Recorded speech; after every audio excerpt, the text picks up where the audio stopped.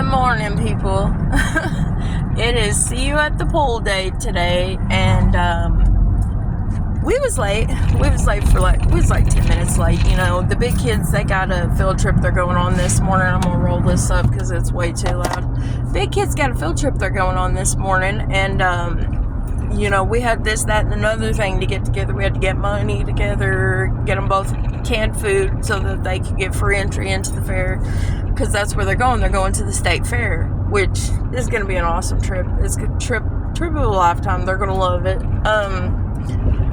I'm talking really fast. I'm still in that go mode because we were late. But back to the see you at the pole thing. I got distracted. So we show up. We're 10 minutes late, right? And they're doing the see you at the pole thing. So they've got all the grades gathered outside at the flagpole.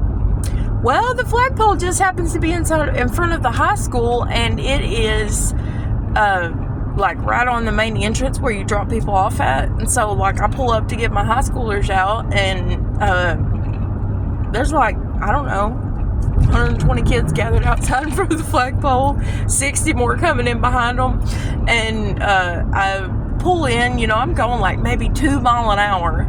And I'm going real slow, being real observant. And this teacher is just like mean mugging me. And she used to be the sweetest lady. But like, you show up late one day and Lord forbid, you know, you're crucified right there on the spot. Like, just watching you wherever you're going. Her eyes followed me all the way from the entrance, all the way around to where I parked. And I let my little kids out at. It was terrible. But, yeah, so they did that. That was good. Dropped them off, got everybody going, and the little kids was like, "This is not fair. Come pick us up early. We don't get to go nowhere." And I was like, "Listen, y'all go on 3 field trips a year. The big kids, they only get 1 field trip if they're lucky. So this is their day. This is their day. Y'all are going to love them. Y'all are going to wish them well, and y'all are going to be in school because you got work to do." Crazy people. So, on to a seriouser note, or more seriouser. I'm full of myself this morning. The kids' dad came over after being gone for 2 weeks. Just dropped off the face of the earth for 2 weeks. No one could get a hold of him, but he could get on TikTok and all his social media platforms, but wasn't responding. So I'm like, finally I get fed up. I'm like, you know, you could respond. And then he asked if he could come over and see him. I didn't see the message, but he showed up anyway. So he shows up, and, you know,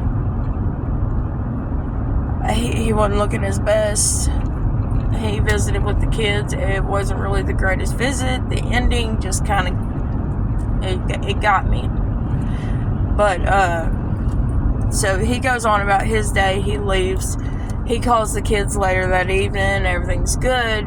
Well, about 9 o'clock that night, I get a phone call, and I'm like, I know that that's not him calling them at bedtime, because he knows how I feel about that. He knows that calling them right at bedtime gets them all wound up, because they don't get to see him that much, and they love him.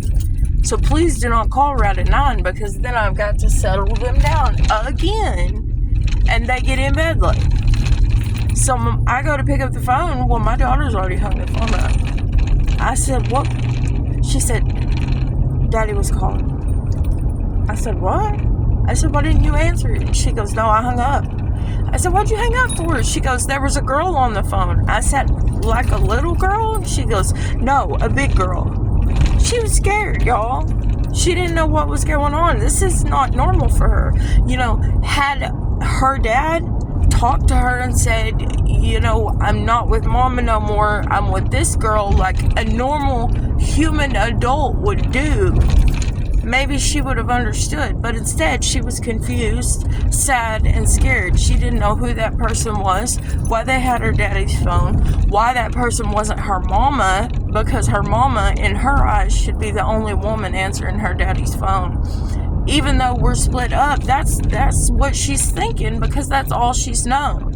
And when this man comes over, all he does is flirt with me and say, "Mama this, Mama that. Will you please give me a second chance? Let me come home. Do this, do that." So, yes, of course, she's thinking, why is there a woman answering my daddy's phone? You know, it's crazy. Not that I'm mad about it, but like, pick a side, dude. Pick a side. Either you want to work on your marriage, and I'm not saying that I do, because I'm really good. I'm really good. I can pass. But either you want to work on your marriage and you want to fix your life, or you want to fix your life on your own and you want to be with someone else. You know, there is no in between. There is no hot 1 minute, cold the next. You either are or you're not. You can't be both. Same goes for God. God is the same way. God teaches us that you're either for me or you're against me. There is no in between.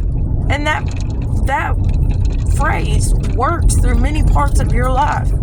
You can never be one or you can never be both. It's one or the other. You have to pick a side. You can't be in the middle, because that's evil. Anyway, that's my rant for this morning. I'm sorry it went from a happy one to a oh shit one. Anyway, I love you guys.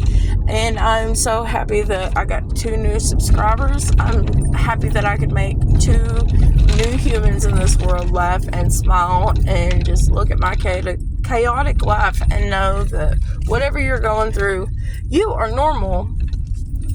And you have nothing to be ashamed about, because we are all just winging it out here.